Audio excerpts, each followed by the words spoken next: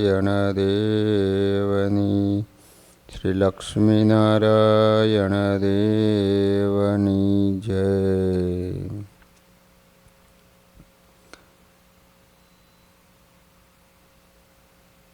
બધા જ હરિભક્તોને ઘણા ભાવથી જય સ્વામિનારાયણ. વાલા ભક્તજનો, આપણે સદગુરુવર્ય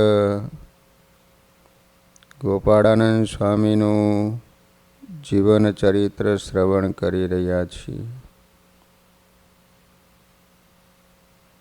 મોતીરામ ઠાકર પાસે એમની પૂર્વજોની 3 પેઢીના શાલિગ્રામ હતા. મોતીરામ એટલે ગોપાળાનંદ સ્વામીના પિતાશ્રી. તો 3 પેઢીના શાલિગ્રામ હતા. તેમની તેઓ નિત્ય પૂજા કરતા. આ શાલિગ્રામની પૂજા કર્યા બાદ જ તેઓ ભોજન ગ્રહણ કરતા હતા. આ એમનો નિત્યક્રમ હતો. એક દિવસ પિતા મોતીરામ ઠાકર ઘરના આંગણામાં એકાગ્ર મન રાખી પૂજા કરતા હતા. તેઓ પૂજામાં મગ્ન હતા. એવામાં ક્યાંકથી એક વાંદરો આવી ચડ્યો. બીજું કાંઈ ખાવાનું હાથમાં ન આવતા એ શાલિગ્રામ લઈને બાજુના ઝાડ ઉપર ચડી ગયો. ઠેકડા મારતો મારતો થોડી જ વારમાં ક્યાંક ચાલ્યો ગયો. આ જોઈ મોતીરામનું મન ભાંગી પડ્યું. એ આકોળ વ્યાકોળ થઈ ગયા. નિર્ણય કરી લીધો કે શાલિગ્રામ ન મળે ત્યાં સુધી અન્ન જળ હરામ. આખો પરિવાર શોકાતુર બની ગયો. મોતીરામને 3 દિવસના નકોરડા ઉપવાસ થયા. બાળ ખુશાલની ઉંમર એ વખતે 6 વર્ષની થઈ હતી. પિતાશ્રીની આ પરિસ્થિતિ જોઈ એમને કહ્યું, પિતાજી, જે થવાનું હતું એ થઈ ગયું. હવે તમે ઉપવાસ છોડો. કળિયુગમાં અન્ન વિના પ્રાણ ટકે નહીં. અન્ન જીવન છે ને વળી તમારી વૃદ્ધ અવસ્થા થઈ. પિતા કહે, બેટા, શાલિગ્રામ વિના મને નહીં ચાલે. લો, કેવું નિયમ. 3 દિવસના ઉપવાસ થયા તો શાલિગ્રામની પૂજા વિના જમ્યા નહીં. કારણ કે હવે શાલિગ્રામ ઓલો વાંદરો લઈને જતો રહ્યો, ક્યાં ગયો ખબર નહીં. દેહનું જે થવાનું હોય એ થાય, એ મળશે પછી જ હું અન્નજળ લઈશ. ચોથે દિવસે સ્નાન આદિથી પરવારી મોતીરામ દેવ પૂજા કરવા તૈયાર થયા.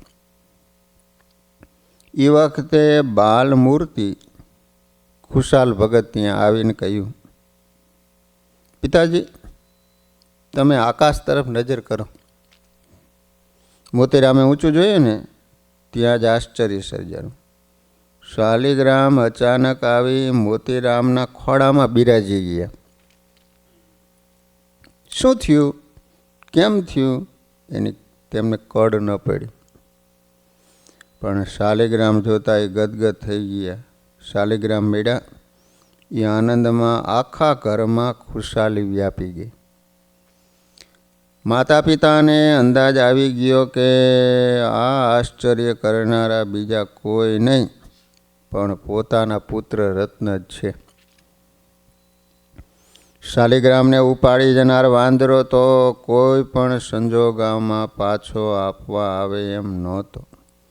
પરંતુ બાલમૂર્તિએ પિતાની મુશ્કેલી દૂર કરવા અકળ કડા કરી. શાલિગ્રામ પિતાજીને પાછા પ્રાપ્ત થઈ ગયા. એ જોઈ પિતાજીને અતિ આશ્ચર્ય થયું. પછી પૂછ્યું, બેટા, ક્યાંથી શાલિગ્રામ આવ્યા? ત્યારે બાલ ખુશાલે કહ્યું, હે તાત, તમારી ભક્તિ જોઈને ભગવાને જે વાંદરાએ મૂકેલા સ્થળેથી શાલિગ્રામ લાવીને તમને આપ્યા. આ રીતે બાલ ખુશાલે માત પિતાને નાનપણથી જ ખૂબ સુખ આપ્યું હતું. બાલખુશાલ દિવસે દિવસે મોટા થવા લાગ્યા. સમય જતાં પિતા મોતીરામે એમનો ચૌલ સંસ્કાર કર્યો. માથાના વાળ ઉતરાવ્યા. એ નિમિત્તે ઉત્સવ કર્યો. સૌને જમાડ્યા. બાલચંદ્રની પેટે વધતા ખુશાલ માતા પિતાના તમામ મનોરથ પૂરા કરે છે. નાના બાળકોને પણ બ્રહ્મવિદ્યા શીખવાડે છે. સત્સંગ અને ભક્તિનો રંગ લગાડે છે. અખંડ ભગવત પરાયણ રહે છે. સમય જતાં મોતીરામને ઘરે 2 દીકરીઓનો જન્મ થયો છે. મોટી દીકરીનું નામ દોલીબેન અને નાની દીકરીનું નામ ઉગરીબેન રાખ્યું છે. ગોપાળાનંદ સ્વામીને 2 બહેનો હતા. એક દોલીબેન અને બીજી ઉગરીબેન. આ દીકરીઓ મોટી થઈ ને ત્યારે દોલીબેનને કુકડિયા ગામે ત્રિવેદી પરિવારમાં પરણાવ્યા હતા. કુકડિયા ગામ છે. એમને દામોદર નામે પુત્ર થયો હતો ને મહામુક્ત હતા. નાની બહેન ઉગરી ઉર્ફે કંકુબેનને બડોલી ગામે પરણાવ્યા હતા. એમને હરિશંકર નામે એક પુત્ર. એ પણ મહાન ભગત બન્યા હતા. ખુશાલ ભક્ત સંસારમાં રહ્યા છતાં જળકમળવદ સૌથી નિર્લેપ રહ્યા હતા. રહી સંસાર મેં વિપ્ર સુજાના સમદમ તપ આર્જવ નિર્માના એહી આદિક પાલત શુભ ધર્મ કરત સ્નાન આદિક ષટકર્મ. ખુશાલ ભક્ત સંસારમાં હોવા છતાં સમ એટલે શું? મનના નિગ્રહવાળા. મનનો નિગ્રહ કરો, મનને સંયમમાં રાખવું, એને કહેવાય સમ. દમ એટલે ઇન્દ્રિયોનો નિગ્રહ, ઇન્દ્રિયોને કંટ્રોલમાં કરવી, તો એને દમ કહેવાય. સમ અને દમ. પછી જીતેન્દ્રિય તપ, ભક્તોને માટે કષ્ટ સહન કરનારા હતા. આર્જવ એટલે જેનું મનમાં તેવું જ વાણીમાં આર્જવ, અને એવું જ ક્રિયામાં આચરણ કરનારા, અર્થાત અંદર બહાર સદા એક રહેનારા, એને કહેવાય આર્જવ. નિર્માણુપણું એટલે અનેક ગુણોના ભંડાર સમ હતા. ઉપરોક્ત ગુણો તથા સ્નાન, ધ્યાન, મંત્ર જાપ, માનસિક અને બાહ્ય બંને પ્રકારની પૂજા, ભગવાનના ગુણગાન ગાવા અને નિત્ય સત્સંગ કરવો, આ ષટકર્માદિ તમામ શુભ ધર્મને પાડતા હતા. બ્રાહ્મણોને 6 કર્મ દરરોજ કરવાની આજ્ઞા છે. એક તો સ્નાન, બીજું ધ્યાન, મંત્ર જાપ, 2 પ્રકારની પૂજા, એક માનસી અને એક બહારની પ્રત્યક્ષ. પછી ભગવાનના ગુણગાન ગાવા અને નિત્ય સત્સંગ કરવો. ઘર મેં રહી અતિ ત્યાગી રહી, હરી બિન અન્ય સબ મિથ્યા લઈ, કરો તો પરોક્ષ ભક્તિ અતિ ભારી, હરી મિલને કી ટેક ઉર ધારી. ઘરમાં રહેવા છતાં સંસારથી વિરક્ત રહ્યા હતા. ભગવાન સિવાય પાતાળથી પ્રકૃતિ સુધીના તમામ સુખને અને ભોગને મિથ્યા જાણતા હતા. લો, મનુષ્ય નાટક કરવા માટે અને બીજાને પ્રેરણા મળે એવા હેતુથી પોતે અતિ દ્રઢતાપૂર્વક પરોક્ષ ભક્તિ કરતા અને ભગવાનને પામવાની અતિશય ઝંખના સેવતા હતા. આ ખુશાલ ભક્તની મનુષ્ય લીલા સમજવી, કેમ કે પોતે માતાના ગર્ભમાં આવ્યા પહેલાં પણ મૂર્તિને અખંડ દેખતા હતા. નિરાવરણ સ્થિતિને પામ્યા હતા. અંદર અને બહાર જ્યાં જુએ ત્યાં એને ભગવાન દેખાતા હતા. છતાં મુમુક્ષુએ પ્રભુ પ્રાપ્તિ માટે કેવી સાધના કરવી જોઈએ એ પોતાના જીવન દ્વારા આદર્શ પૂરો પાડે છે. યુ હિ કરત મેં વિપ્રકુ ભયો સત્સંગ ઉમંગ, તા પીછે તે ઉર વિશે ચેડ્યો હરિભક્તિ કો રંગ. આ રીતે સત્સંગ ભજન કરતા સત્સંગ થયો ત્યારથી તો પોતાના અંતરમાં વિશેષ ભક્તિનો રંગ ચડ્યો. રાત દિવસ ભજન કરવા લાગ્યા. પુનિ ભય પ્રીતિ પ્રભુ પદ માહી નિત હરિ ધ્યાન કરત મુદ પાય. યુ કરતે નિજ તન મેં ભારી ભયો પ્રકાશયતિ સુખકારી. રોજ અતિ આનંદમાં ગરકાવ બની ભગવાનનું ધ્યાન કરે. પ્રભુમાં નિત્ય નવલી પ્રીતિ વધારે. એક વખત બાલ ખુશાલ પરમેશ્વરનું ધ્યાન કરતા હતા. એ સમયે અચાનક એના શરીરમાંથી દિવ્ય તેજનો પુંજ પથરાયો.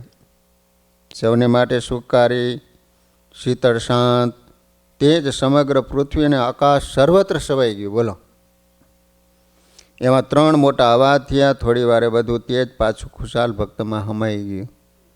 લોકો ખુશાલના દર્શને આવ્યા ત્યારે સૌને ખુશ કરતા હતા. કે ગામજનોને કહે, આજે ધ્યાન કરતો હતો ને ત્યારે બ્રહ્મા, વિષ્ણુ અને મહેશ આ 3 દેવો આવ્યા હતા.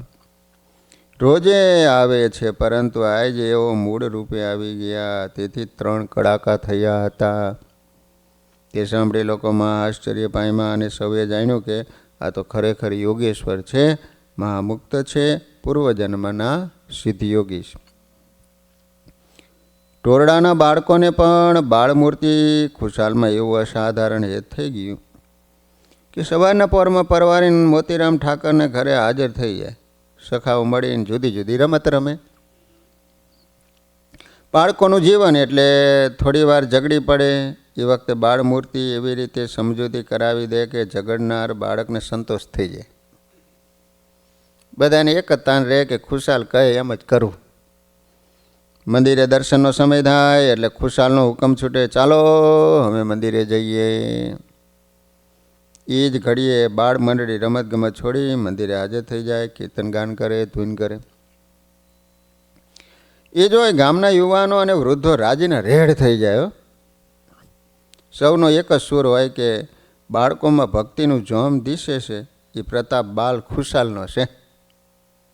પહેલાં તો બાળકો એવા લડી પડતા ને કે સમજાવ્યા છતાંય માનતા નહોતા.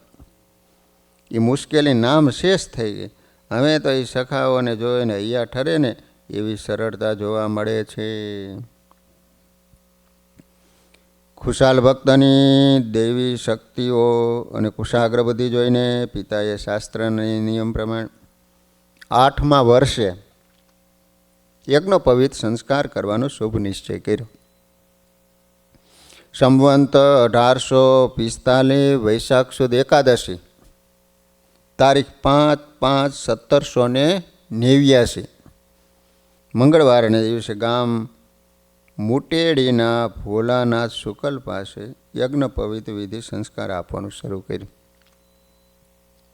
ભારતીય સંસ્કૃતિ પ્રમાણે સંસ્કાર એટલે સમાજને સાચું સુખ આપનારી જાદુઈ છડી.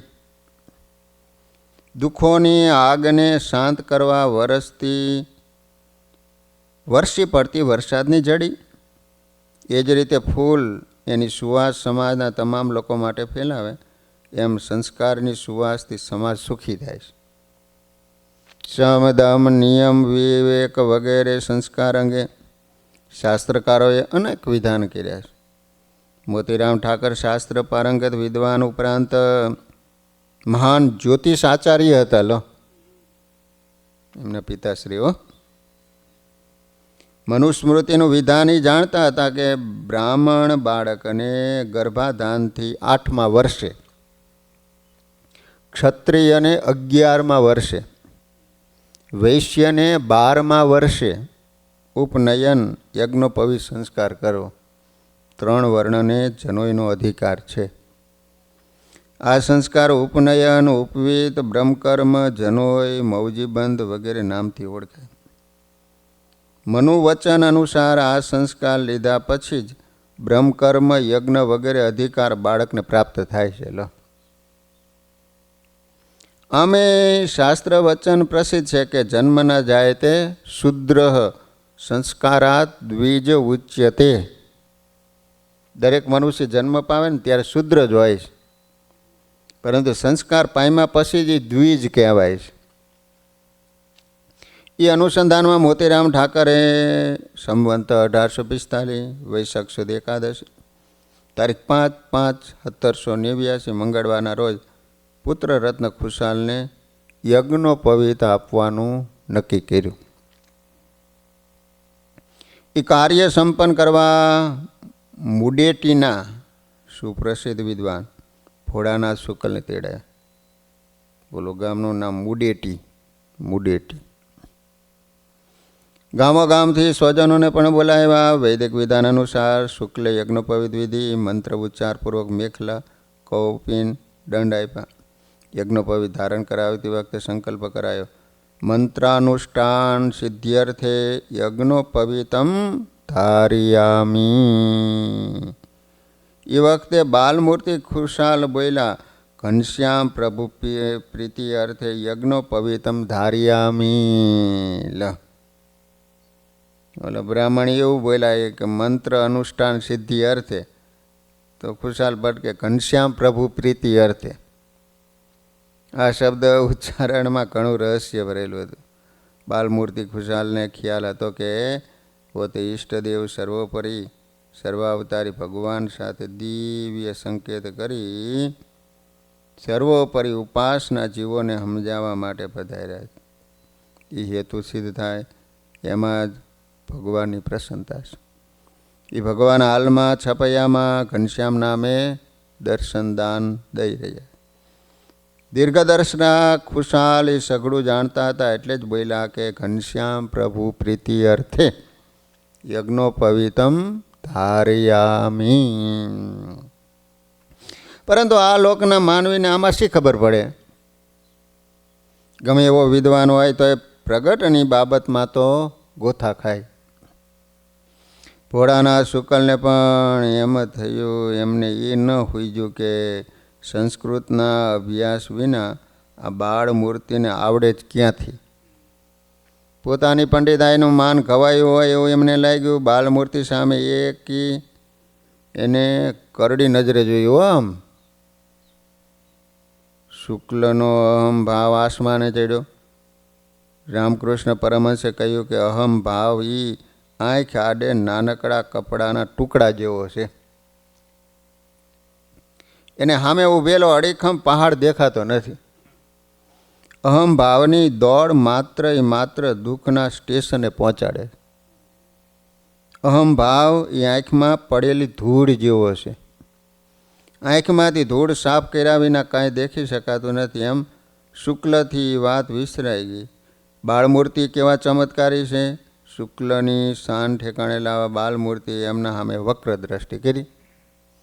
ત્યાં શુક્લને સમાધિ થઈ. ત્યાં ઢળી પડ્યા. એ જોઈ ત્યાં હાજર લોકો ગભરાઈ ગયા.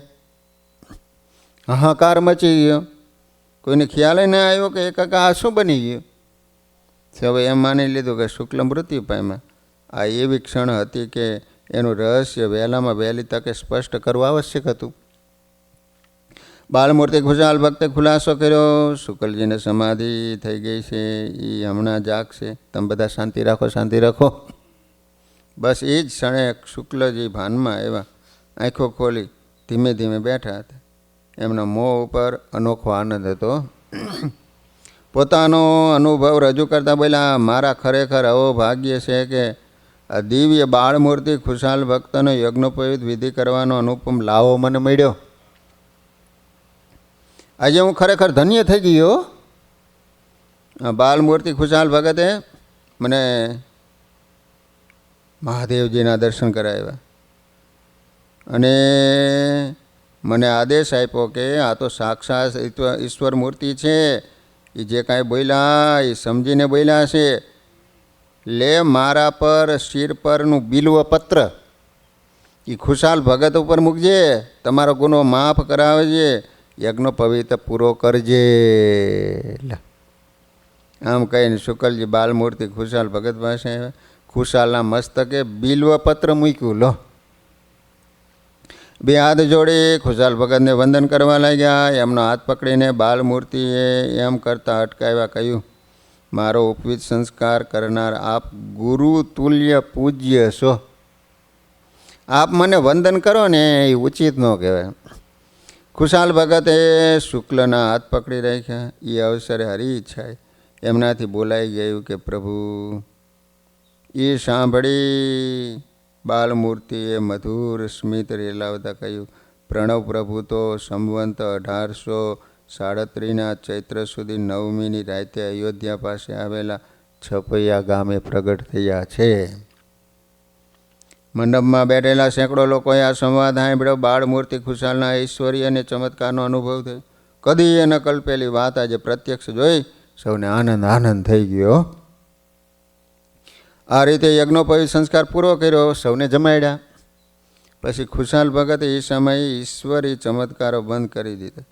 તે પ્રસંગમાં હાજર રહેલા સૌને અનુભવ થયો કે ખુશાલ ભક્ત પોતે ભલે ભગવાન ન હોય, પરંતુ કોઈ સિદ્ધ યોગી તો જરૂર છે.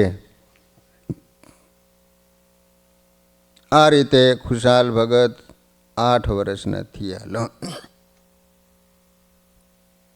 બાલમૂર્તિ ખુશાલ ભગતના યજ્ઞોપવિત વિધિ બાદ મોતીરામ ઠાકરના પ્રેમ આગ્રહથી ભોળાનાથ શુક્લ 6 દિવસ ટોરડામાં રોકાયા.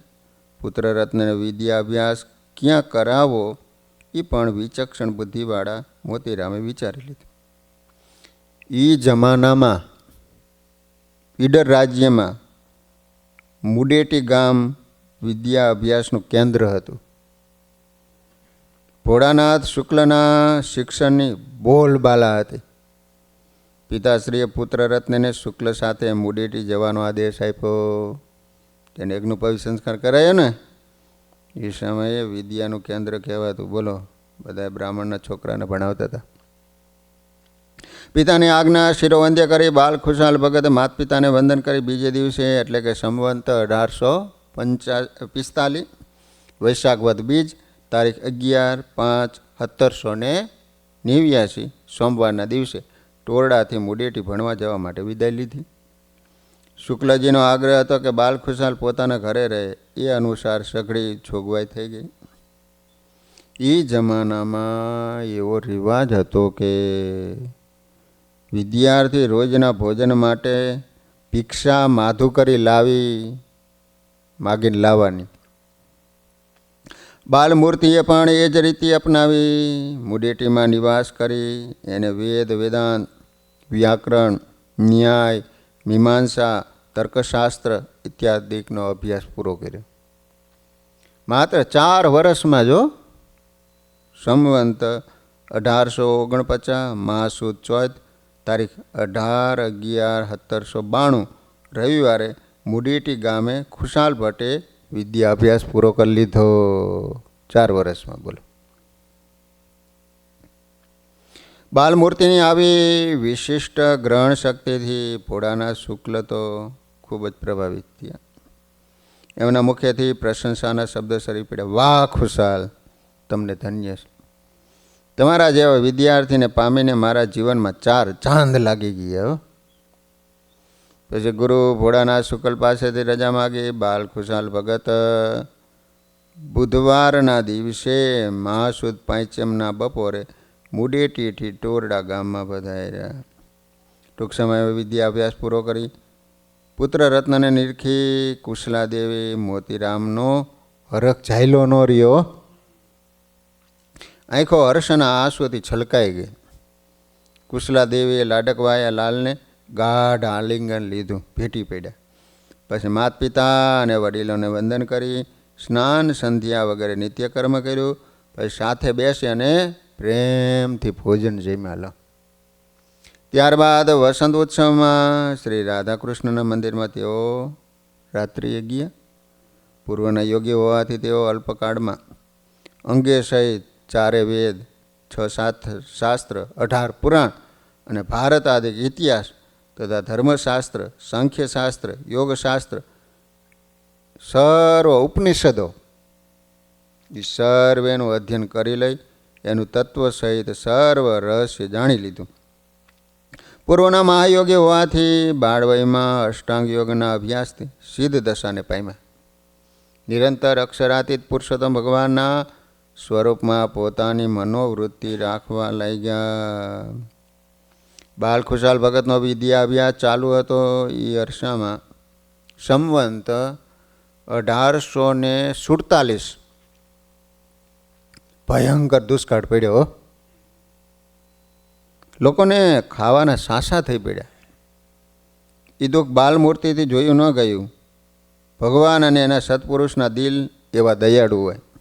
કોઈને દુખ્યો રે દેખી ન કમાય, દયા આણી રે અતિ આકડા થાય.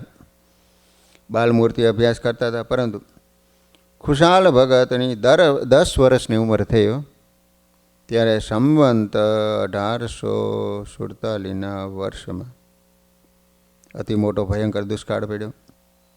ઈડર અને એના ફરતા ગામોના ઘણા લોકો ઘરબાર છોડી બૈરા છોકરા સાથે ઈડરના પહાડમાં જઈને રહ્યા. ત્યાં રહીને વૃક્ષના પાન, ફળ કે મૂળ જે મળે એ ખાઈને દુઃખે દિવસ નિર્ગમન કરતા હતા. ખુશાલ ભગતે ગામના લોકોને કહી, ચાલો આ પહાડી વિસ્તારમાં સ્વાદિષ્ટ કંદમૂળ થાય છે તે હું તમને બતાવું. સૌએ બાલમૂર્તિ ખુશાલમાં વિશ્વાસ હતો. પછી ડુંગરની ગુફાઓ બતાવીને ખુશાલ ભગતે કહ્યું, અહીં ખોદો, સરસ કંદમૂળ મળશે. એમાંય પણ સૌને વિશ્વાસ બેઠો. વિશ્વાસ એટલે પ્રેમની પહેલી સીડી. વિશ્વાસ એટલે મહાન કાર્યોનો પાયો. વિશ્વાસ એટલે સિદ્ધિનો છાંયો. વિશ્વાસ એ જીવનની શક્તિ, સંબંધોનું સુખડ. વિશ્વાસ એટલે અંધકારમાં દેખાતું સૂર્યનું કિરણ. વિશ્વાસ એવી શક્તિ છે જે માનવીને જીવનદાન આપે છે. ખુશાલ ભગતના વચનમાં વિશ્વાસ રાખી લોકોએ ખોદ્યું ને તો એમાંથી એવા કંદમૂળ નીકળ્યા, એના દાણા દાડમ જેવા અને અત્યંત સ્વાદિષ્ટ હતા. આ કંદમૂળ કાંઈ 2 શેર 4 શેરના નહીં, અધમણથી મણ સુધીના મણના વજનવાળા. બધું કલ્પનાતીત હતું. લોકોને ખૂબ મજા પડી ગઈ. જિંદગીમાં કદી જોયા ન હોય ને અને કદી વાત પણ સાંભળી ન હોય ને એવા કંદમૂળ મળતા લોકોને અન્ન ખાવાનો સંકલ્પ સરખો ન થયો. લો પછી ખાધા જ કરે દાડમના જેવા દાણા અને મણના. બાળમૂર્તિએ લોકોને એવા સ્થળ બતાવી દીધા કે જ્યાં તે કંદમૂળ મળે. કર્ણોપકર્ણ આ વાત પ્રસરતા વાર ન લાગી. અન્ય સ્થળથી પણ લોકો આવવા માંડ્યા. પછી તો વાત માંડી ગામો ગામ જવા, બધા માણસો ત્યાં આવવા માંડ્યા. એમના માટે પણ ખુશાલ ભગતે જોગવાઈ કરી આપ્યો. બાળમૂર્તિનું સાનિધ્ય માણનારને દુકાળમાં પણ લીલા લહેર થઈ ગઈ. વેરાન જેવો જણાતો પહાડી પ્રદેશ અતિથિ ભવનની જેમ હજારો માટે જીવન નિર્વાહનું કેન્દ્ર બની ગયા. એ પ્રતાપ હતો ખુશાલ ભગતનો. આ સમયે ઠાકર મોતીરામ પણ પોતાના પરિવાર સહિત 10 મહિના સુધી ત્યાં રહ્યા પહાડોમાં. વરસાદનો સમય થતાં મેઘરાજા મન મૂકીને વરસ્યા એટલે સૌ પાછા ગામમાં આવી ગયા.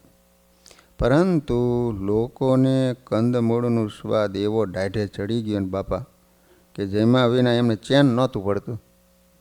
તેથી તેઓ પહાડ પ્રદેશમાં પહોંચી ગયા. પૂર્વે બાળમૂર્તિએ બતાવેલી જગ્યાએ ખોદવા માંડ્યા. આજુબાજુ બધે ખોદીને થાક્યા, પણ બાપા ક્યાંય કંદમૂળ મળ્યા નહીં. ક્યાંથી મળે? એ તો પ્રૌઢ પ્રતાપી ખુશાલ ભગતે પોતાનું સાનિધ્ય માણનારા ઉપર દયા કરી. તેથી અશક્ય વાત શક્ય બની. હાલના વનસ્પતિ શાસ્ત્રમાં પણ આવા કંદમૂળનો ક્યાંય ઉલ્લેખ જોવા મળતો નથી. મહાસમર્થ ખુશાલ ભગત સાથે સખાઓને રમવાની મજા પડતી. દુકાળ વેળાએ પણ એ ભેળા જ હતા. બાળમિત્રોને સાથે લઈ બાળમૂર્તિ કોઈ વાર ડુંગરની ટોચે જાય ત્યાં આજે પણ ડુંગરાઓ બહુ છે. કોઈક વાર ડુંગરની ગુફામાં પણ પહોંચી જાય. ગુફામાં તો અંધારું હોય, ઊંડે જવા મોટો માણસ પણ હિંમત ન કરે. સૌને એવો ડર હોય કે અંદર કોઈ હિંસક પશુ હશે. પરંતુ જ્યાં બાળમૂર્તિ ખુશાલ ભગતનો સાથ હોય ને ત્યાં ભય ફરકે જ શાનો. અરે નાનો બાળક પણ નિર્ભય થઈને એની વાંહે વાંહે ફરે હો.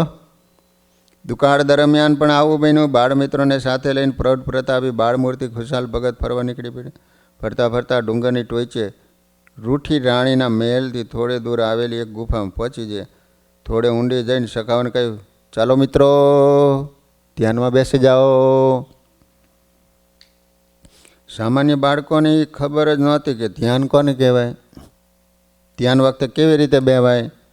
પરંતુ આ બાળ મિત્રો બાલ ખુશાલનું સાનિધ્ય માણનારા એમને ખ્યાલ હતો કે સ્વસ્તિક આસનવાળી રુજુકાય થઈ નાસાગ્ર દ્રષ્ટિ કરવી. એ પ્રમાણે સૌ સખાઓ ધ્યાનમાં બેસી ગયા અને એ ધ્યાન અવસ્થામાં સૌને સમાધિ થઈ. એમાં બાળ મંડળી પહોંચી ગઈ અયોધ્યા ઠેઠ ધ્યાનમાં. હો, સરયુ નદીમાં સ્નાન કર્યું. સિનેમામાં ફટાફટ દ્રશ્યો બદલાતા રહે એમ હનુમાન ગઢી દેખાય. થોડીક ક્ષણમાં સુપ્રસિદ્ધ રામજી મંદિરે ગયા. ત્યાં સેંકડો મુમુક્ષુઓ તુલસી રામાયણનો કથા રસ માણી રહ્યા. એમની મધ્યે બેઠેલ એક મનોહર બાળ સ્વરૂપના દર્શન થયા. એ હતા ઘનશ્યામ મહારાજ. બધા સખાઓની ચિત્તવૃત્તિ દિવ્ય મૂર્તિમાં સ્થિર થઈ ગઈ. સભામાં બેઠેલા અન્ય શ્રોતાઓને તો રોજની જેમ સામાન્ય સભા જેવું જ હતું. પરંતુ બાળ મંડળી માટે એક અવિસ્મરણીય દર્શન બની ગયું. સભા પૂરી થતાં શ્રોતાઓ સૌના સ્થાને વિદાય થયા. પરંતુ ઘનશ્યામ મહારાજ ત્યાં જ રોકાયા. બાળમૂર્તિ ખુશાલ ભગત અને બાલમૂર્તિ ઘનશ્યામ મહારાજની પરસ્પર મીઠી ગોઠડી થઈ, વાતચીતો થઈ. બોલો, કોઈ બાળકને એ વાર્તાલાપ તો ન સમજાય, પરંતુ અરસપરસનો પ્રેમ ભાવ અલૌકિક હતો. બોલો, ખુશાલ ભગત મોકલી દીધા ઠેર અયોધ્યામાં. પ્રભુ પ્રેમ એ તો જીવન ધન્ય છે સાચું, એ પ્રેમ વિનાનું જીવતર સઘળું કાચું. પુણ્યોની રાશિ વધારે, સદગુણ હૈયામાં ધારે, એ પ્રેમ સાથે શ્રદ્ધા વર્ષે છે, અરસપરસ હૈયા વસે છે. આવો અરસપરસનો પ્રેમ માણતા એ દર્શન માણતા કેટલોય સમય વીતી ગયો. એની સખાઓને ખબર ન રહી. ગોષ્ઠી પૂરી કરી. બાળમૂર્તિ ખુશાલ ભગતે સખાઓને કહ્યું, હું તમને જે ઘનશ્યામ પ્રભુની વાતો કરતો હતો ને આ સાક્ષાત સર્વોપરી સર્વાવતારી ભગવાન છે. એ જાણીને બધા સખાઓ ઘનશ્યામ પ્રભુને પગે લાગ્યા. પ્રભુએ એને આશીષ આપ્યા. સમય ખાસો વીતી ગયો એટલે બાલમૂર્તિએ કહ્યું, ચાલો હવે પાછા. બસ એટલી જ વાર. આ મુસાફરીમાં કોઈ બસની જરૂર નહોતી, કોઈ ટ્રેનની પણ નહીં, અરે એરોપ્લેનની પણ નહીં. ખુશાલ ભગતે પોતાની સાથેના બાળકો સહિત ઘનશ્યામ મહારાજના ચરણમાં મસ્તક મૂકી નમસ્કાર કર્યો ને એ જ વખતે સર્વે બાળકો ઘનશ્યામ મહારાજના ચરણના તેજમાં લીન થઈ ગયા. તરત ઈડરમાં પહાડની ગુફામાં બહાર નીકળ્યા. તો વાલા ભક્તજનો, ખુશાલ ભટ્ટના તો ઘણા બધા પરચાઓ છે. કાલે શ્રવણ કરીશું. સહજાન સ્વામી મહારાજની